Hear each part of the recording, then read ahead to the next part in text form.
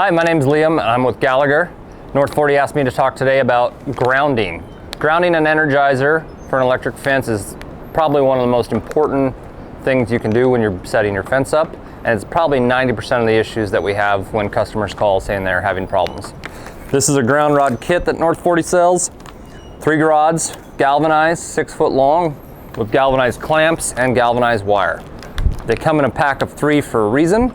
If you're going to be able to collect the thousands of volts that the energizer is putting out, you need to be able to capture it back in and complete the circuit at the energizer.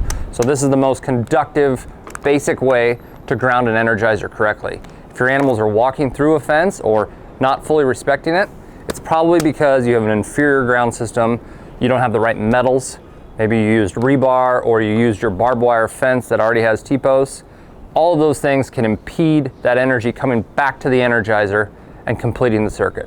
So you want to make sure you get into the soil moisture with 6 foot ground rods, galvanized only, galvanized wire, galvanized clamps, so all the metals get along and they can fully take in all the voltage that your energizer is putting out when the animal touches the fence. If you think you're having an issue with your ground system, it's pretty simple to figure out. You can test your actual ground rods, and that would tell you if you have a short on the fence because there'll be energy in there. If you can touch or just barely feel a tickle on your fence or your animals aren't reacting, that's because you don't have a conductive enough ground system. It can read 7,000 volts, but that doesn't mean that all 7,000 volts is getting back to the energizer.